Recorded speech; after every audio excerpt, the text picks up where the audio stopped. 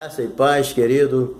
Estamos aqui para trazer mais uma lição da Escola Bíblica Dominical, lição de número 7, livre-arbítrio ou predestinação. Vamos estudar isso hoje. Fica conosco aí até o final e não se esqueça de dar o seu like aí. Olha, e se você já se inscreveu, com certeza, dá o seu like aí, que você dando o seu like, você ajuda aí a fortalecer o nosso canal.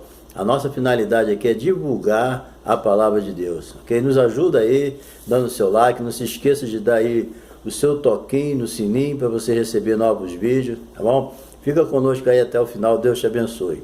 Hoje, lição de número 7, a queda do ser humano. Nós vamos estudar hoje, o nosso texto áureo, ele está aí em Romanos, capítulo 5, versículo 12, pelo homem entrou o pecado no mundo, pelo pecado a morte, e a morte passou a todos os homens. Nós vamos ver também a verdade prática. Ao pecar contra Deus, o homem perdeu o completo domínio sobre a criação e tornou-se vulnerável à morte. Em Cristo, porém, temos o reino e a vida, né? Então, a nossa leitura bíblica em classe, ela se encontra em Gênesis, capítulo 3, versículo de 1 a 7. Bem, querido, nós vamos aqui observar que a queda do ser humano, ele trouxe transtornos tremendos. O principal é esse. Pelo homem entrou o pecado no mundo, pelo pecado a morte. E como a gente sabe, com a entrada do pecado no mundo, veio um pacote de miséria, né? Então, é necessário que a gente entenda que a queda do ser humano, né, a queda de Adão e Eva, nos traz uma questão muito terrível, né? Tudo que Deus fez foi perfeito, mas com a entrada do pecado no mundo, deturpou tudo, entendeu? Mas, lógico que o pecado mudou o rumo das coisas, né? A gente sabe disso, mas não frustrou os planos de Deus. Isso aí é interessante a gente saber, né, que o pecado ele atrapalhou muita coisa, mas os planos de Deus não foi frustrado. Então, a doutrina da queda humana, do pecado, ela é realista, entendeu? Não é uma historinha da carochinha que nem muita gente pensa não, entendeu? Então, essa narrativa do pecado de Adão e Eva, longe de ser uma parábola, claro, é um fato real que não pode ser questionado. Então nós vamos ver aqui as suas implicações. Nós falamos aqui no início, livre-arbítrio ou predestinação. Aqui primeira parte está aqui, o livre-arbítrio do ser humano. Nós cremos no livre-arbítrio do ser humano. Nós não somos robô. Nós temos a capacidade de decidir entre o bem e o mal. Mas acreditamos na predestinação também. Como acreditamos? Não naquela predestinação radical, absoluta, de que o homem não tem o direito de nada. Ele foi feito um para o céu, outro para o inferno. Nós não cremos nessa predestinação. Nós acreditamos que, por exemplo, a igreja, ela está predestinada para o céu. Toda pessoa que aceita Jesus, se converte, atende à chamada de Deus, atende o convencimento do Espírito Santo, todo aquele que faz parte da igreja, ele está predestinado para o céu. Todo aquele que rejeita Jesus, que não quer saber de Cristo na sua vida, quer viver a sua vida ímpia, ele está predestinado para o inferno. Isso aí não tem jeito. Mas nós cremos, né, que o livre-arbítrio, ele faz parte da nossa vida. Não é um livre-arbítrio onipotente, para mim fazer o que eu quiser, decidir o que eu quiser. Não, eu tenho um livre-arbítrio para decidir entre o bem e o mal. Isso é limitado, entendeu? Não é liberdade para fazer tudo, não tem como. Só Deus é que tem liberdade para fazer tudo, e mesmo assim ele só faz aquilo que não vem atingir o seu caráter e os seus atributos. Como, por exemplo, Deus não pode mentir. Não é porque ele não tem poder, é porque o seu caráter não permite que ele venha falar mentira, né? Então, isso é que a gente precisa entender. Então, o livre-arbítrio do ser humano. Nós vamos definir aqui o livre-arbítrio. O livre-arbítrio é como se relacionar, nós vamos ver como se relacionar com a soberania de Deus. Se eu tenho livre-arbítrio, como isso se relaciona com a soberania de Deus? Né? Como que pode isso se encaixar? Se Deus é soberano na sua vontade e eu tenho livre-arbítrio, como isso se encaixa? Bem, o livre-arbítrio, vamos seguir aqui a orientação do autor, é o dom que recebemos de Deus. É essa capacidade pelo qual livremente podemos escolher entre o bem e o mal. Né? O próprio Deus diz lá: eis que eu coloco diante de ti a vida e a morte, mas escolhe a vida para que vivas. Entendeu? Então nós temos sempre diante de nós uma decisão a tomar. Querendo ou não, nós temos. Então o livre-arbítrio é uma capacidade que Deus nos dá para a gente escolher livremente entre o bem e o mal. O que Deus falou para Adão e para Eva? Olha, vocês podem comer de tudo aí, menos dessa aqui. Deus determinou que essa não poderia, mas orientou, não deixou ele mal orientado, né? Mas deixou por conta dele. Aí a serpente entra lá, seduziu ele, enganou, e eles fizeram o contrário do que Deus tinha pedido. Quer dizer, Deus poderia impedir, mas Deus não impediu, né?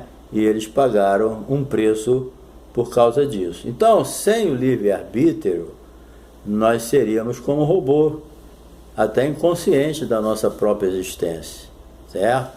Então nós temos que entender isso. Nós temos a liberdade de escolher entre o certo e o errado. Você tem essa liberdade, eu tenho também, entendeu? Bem, vamos ver aqui agora a nossa soberania divina, certo? Deus, ele possui o direito irrestrito, né? Inquestionável sobre toda a criação. Ele é o Senhor de tudo, não tem jeito, né? Agora, portanto, o Senhor age como lhe aprouve, né? Deus não pede licença a ninguém, não. Essa história aí que contam aí que Deus... Nada disso. Deus é Senhor e acabou. Ele age como ele quer, lógico, dentro do seu caráter, dos seus atributos, né? Então, Deus tem um caráter santo, então ele não faz coisa errada, certo? Ele não é um Deus arbitrário. Ele age sempre com consciência. Não é porque ele é soberano, mas ele não age como um tirano, não, certo? Ele não é o diabo, não, certo? Então, o Senhor age como lhe aprouver. Ele é o oleiro e nós somos o quê? O barro. Jeremias 18:6. Ele é oleiro, ele faz o barro do jeito que ele quer, o vaso do jeito que ele quiser. Então não cabe a ninguém querer questionar os atributos de Deus, a sua soberania. Não tem como, né? Romanos 9:20, você lê lá, explica bem isso. Deus não deve direito a ninguém, não.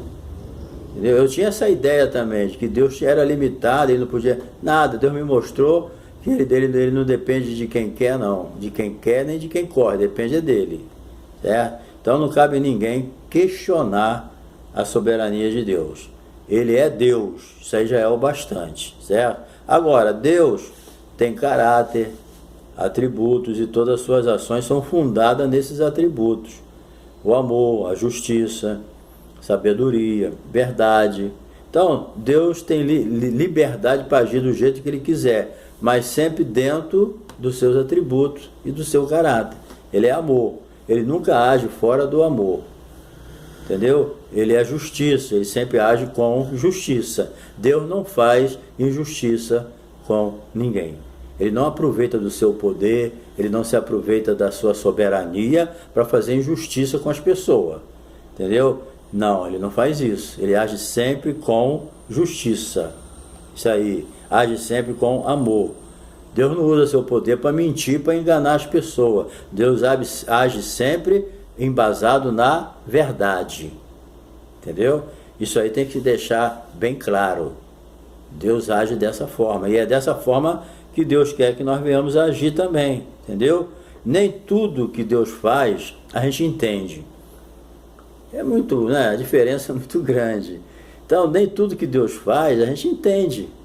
Jesus mesmo falou, ó, o que eu estou fazendo agora, vocês não entendem, mas vão entender depois. Tem coisa que Deus faz na tua vida, devido a ele ser o Deus elevado, sublime, a gente aqui na Terra até questiona, mas a gente não sabe. Deus é onisciente, onipresente, onipotente, e está lá milhões de anos-luz na nossa frente, não tem nem como comparar, não dá nem para fazer algoritmo, não tem nem como, né? Mas ele age sempre dentro do seu caráter justo, santo, verdadeiro e bondoso também. Deus é amor, certo? Então você vai entender muita coisa que Deus faz mais para frente. A responsabilidade humana. Bem, entre a sabedoria divina e o livre-arbítrio se encontra o que? A nossa responsabilidade. Eu tenho o livre-arbítrio. Deus tem a sua soberania. Agora, Ele nos concede o direito de obedecer ou não a sua palavra. Eu não sou obrigado a obedecer a palavra de Deus. Eu não sou obrigado a ser crente. Eu não sou obrigado a ser o que eu sou porque eu quero. Ou Deus, aceitei a sugestão de Deus. O Espírito Santo, ele está na terra para convencer o homem do pecado, da justiça e do juízo. O Espírito Santo não está na terra para obrigar ninguém a ser crente. Ele está para convencer da justiça, do pecado e do juízo. Entendeu? Agora, uma coisa é certa. Toda decisão que eu tomar, vai chegar o dia da prestação de conta. Entendeu? Se eu rejeito a Deus e não quero saber de Deus, um dia eu vou prestar conta dessa decisão. Entendeu? Se eu aceito a Jesus, eu vou receber a bênção dessa minha decisão. Então, um dia vai chegar o dia que eu vou ter que prestar conta das minhas decisões. Por quê? Porque eu sou responsável pelas minhas decisões. Entre o livre-arbítrio e a soberania divina está a nossa responsabilidade. Entendeu? Então, o juízo final, querido, ele não é uma historinha nem ficção, não. O juízo final um dia vai chegar.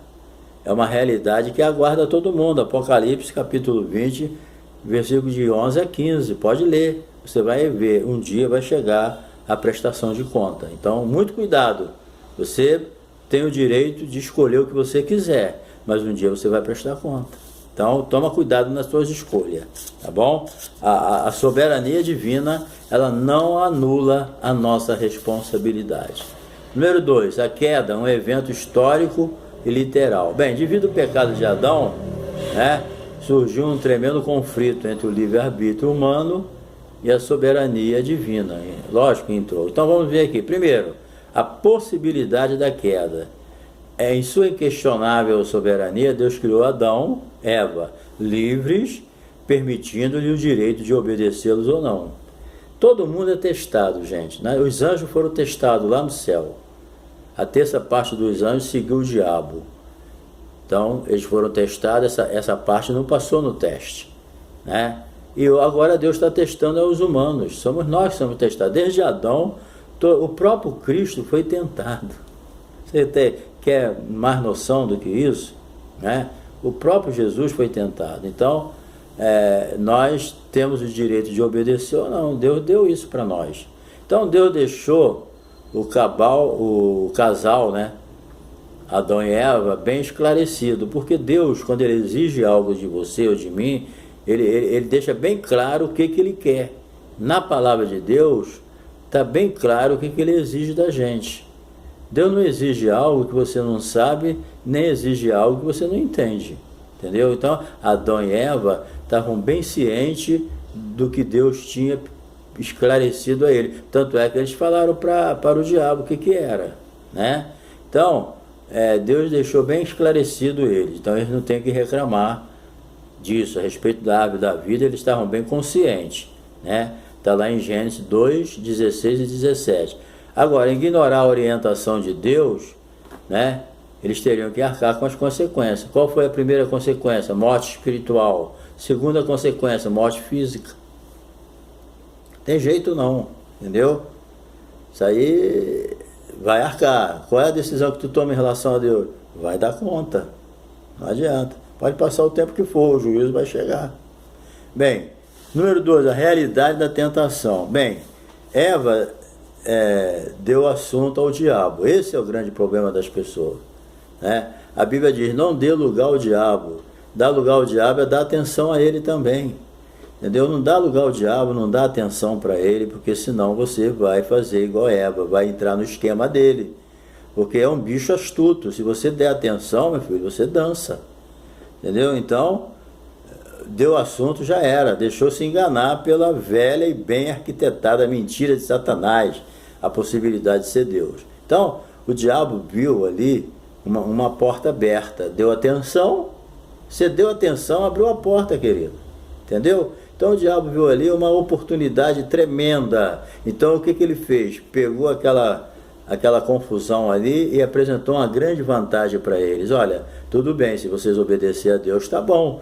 Mas se vocês fizerem assim, aí vai ser bem melhor. Então o diabo, com a sua mentira enganosa, ele sempre apresenta algo melhor. Entendeu? Então é isso que a gente tem que entender. Foi isso que ele fez com Eva. Ele apresentou uma proposta melhor do que a de Deus. É isso que ele faz. Ele não falou para Jesus: tudo isso te darei se prostrado me adorares. O que ele tem para dar? Me diga. Né? Bem, a seguir, após o casal pecar contra Deus, tendo em vista a representatividade de Adão, certo? Ele foi responsabilizado pela entrada do pecado no mundo. É aquilo que nós falamos aqui, pelo um homem. Adão entrou o pecado no mundo. O pecado veio sozinho? Não. Pelo pecado a morte. E junto a morte veio sozinha? Não. Veio com um pacote de miséria. Você vê, o mundo é destruído aí, pela malvadeza que as pessoas fazem. Maldade com criança, com velho, assalto, morte, falta de amor, piedade não existe. Entendeu? A pessoa tem prazer em fazer o mal. Tudo isso entrou junto com o pecado. Entendeu? Mas Jesus veio desfazer as obras do diabo. Certo? Vamos ver aqui a historicidade da queda. Bem, o livro de Gênesis, ele não é uma coleção de parábolas mitológicas. A ciência aí, né, a falsa ciência, inventa essas coisas. As pessoas querem denegrir, desde tirar o valor do livro de Gênesis. Porque se o diabo consegue tirar o valor do livro de Gênesis, principalmente os 3 primeiros capítulos, ele tira o valor do livro, do restante da Bíblia. Entendeu? Então, o que Satanás faz é isso, é querer fazer com que o livro de Gênesis não passe de parábolas mitológicas, que não tem nada a ver. Mas a gente sabe que é um relato histórico e confiável e inspirado pelo Espírito Santo. É Deus que inspirou, né? Então, o diabo ele tem essas ideias. 2 Coríntios 11:3, né? E isso aí é Romanos 5:1 também, 5:4. A Bíblia Sagrada é inerrante, infalível e completa a palavra de Deus. Não se deixe enganar por essas teorias diabólicas aí, que quer invalidar o livro de Gênesis e tirar o poder da inspiração da palavra de Deus. A palavra de Deus, ela é inerrante e é de inteira confiança. É a palavra de Deus. Jesus falou: se você quer saber se o que eu falo é verdade ou não, obedece. Começa a viver a palavra, você vai ver que transformações profundas a Bíblia não faz na vida daqueles que obedecem, né? Todo aquele, pois, que ouve essas minhas palavras e as pratica, compara-la-lo-ei ao homem que edificou a sua casa sobre a rocha. Veio a chuva, veio a tempestade, veio o vento, mas a casa não caiu, porque estava edificada sobre a rocha. Obedece a palavra, creia nela, porque ela é a infalível palavra de Deus. Entendeu? Bem, vamos lá. Número 3, nós vamos chegando aqui para a parte final. As consequências da queda de Adão. O que é verdade aqui? Bem, primeiramente, as consequências do pecado de Adão. Aqui o diabo, ele prometeu ali naquele curto diálogo, né, a onisciência divina. Mas o que eles herdaram? Eles herdaram uma consciência pecaminosa, entendeu? Geradora de obras mortas.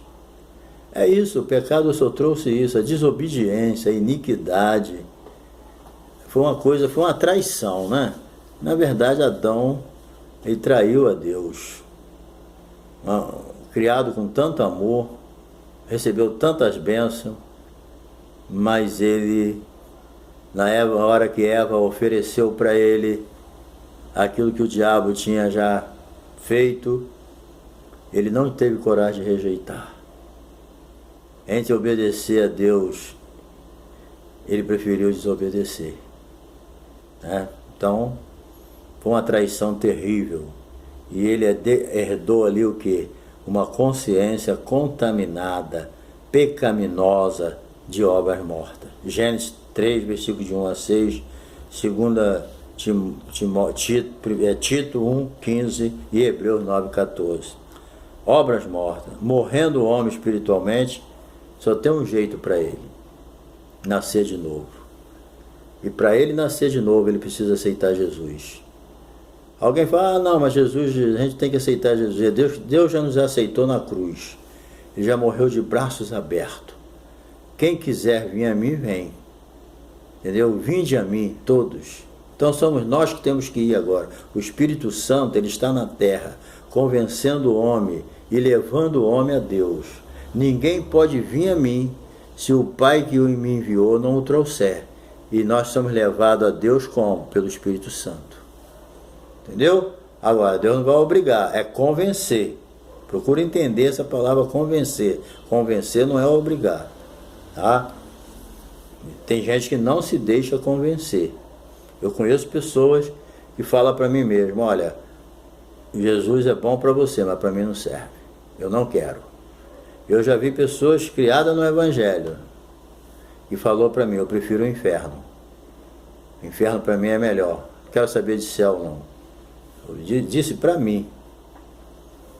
Então você vê que o Espírito Santo não vai conseguir convencer todo mundo, porque eu vou ter que fazer a minha escolha. Se eu amo uma... Normalmente a gente fica com aquilo que a gente ama mais. A Bíblia diz: se alguém ama o mundo, o amor do Pai não está nele. Então, querido, as pessoas aceitem ou não. Tem pessoas que amam mais o mundo do que a Deus. E tem pessoas que amam mais a Deus do que o mundo. Isso aí é claro. Não existe robô, não. Entendeu? Vamos ver aqui agora. O homem morrendo espiritualmente, conforme Adão morreu, ele precisa nascer de novo. E por isso que Jesus falou para Nicodemo: aquele que não nascer de novo não pode ver o reino dos céus. Tem que nascer. Certo? Então, isso aqui é o quê? É a obra da regeneração. Todo ser humano, salvo, ele foi regenerado. O espírito dele renasceu. E o espírito dele dormiu lá no Éden, acabou, apagou. Mas quando ele aceita Jesus, o espírito é renovado de novo. E ele volta a ter comunhão com Deus. Bem, a perda da comunhão com Deus é a primeira consequência do pecado do casal. Primeiro, eles perderam a comunhão com Deus. E depois foram expulsos do Éden. De agora em diante, não poderiam viver no jardim do Éden. Que bênção que eles perderam, né? Onde diariamente Deus vinha conversar com eles. Não era um encontro de acaso.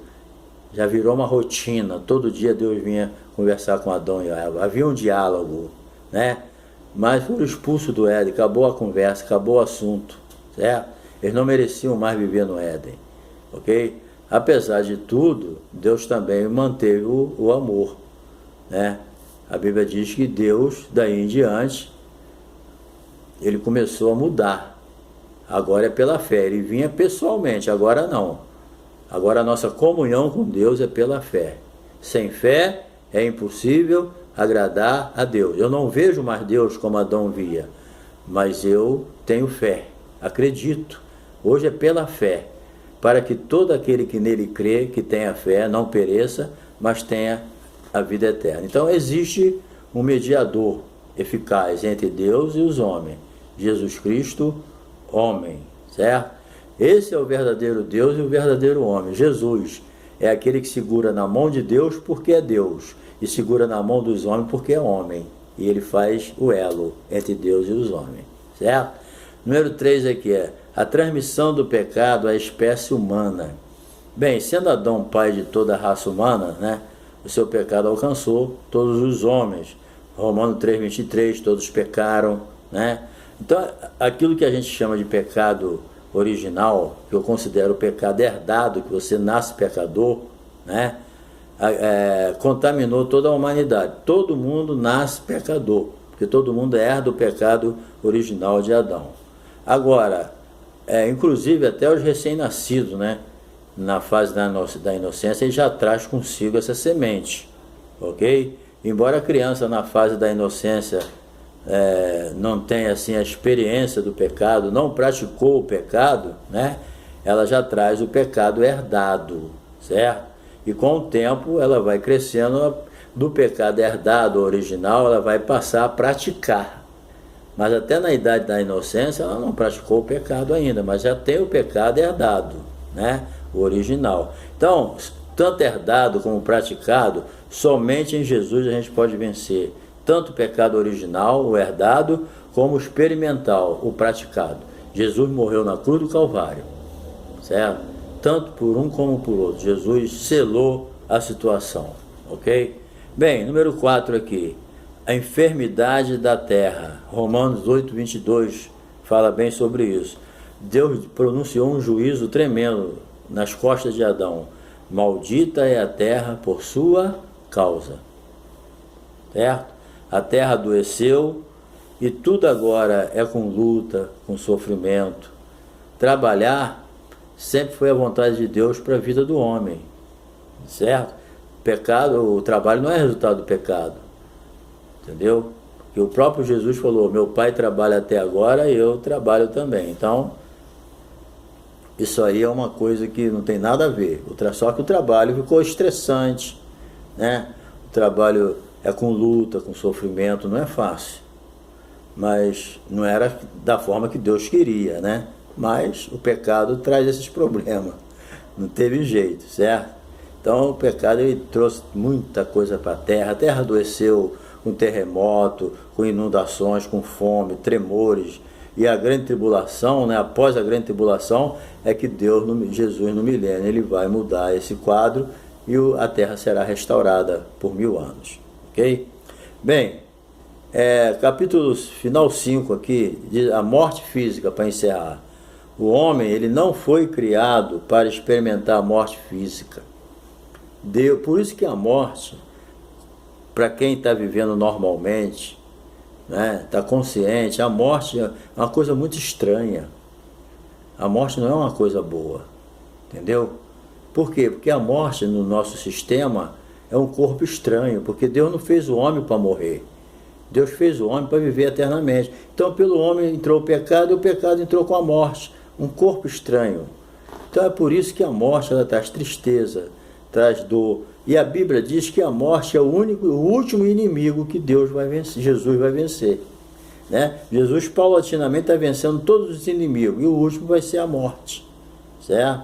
Então o homem não foi criado para morrer, então ele não se sente muito bem com a morte. A morte foi, quando a pessoa quer morrer, é porque ele não está bem, é uma tentação do diabo, é Satanás perturbando a mente da pessoa para a pessoa se suicidar e tirar a vida e criando circunstância para ele perder o prazer de viver, certo? Mas uma pessoa normal, ele não quer viver e morrer, ele quer viver, certo? Então a morte, ela é a mais triste consequência do pecado.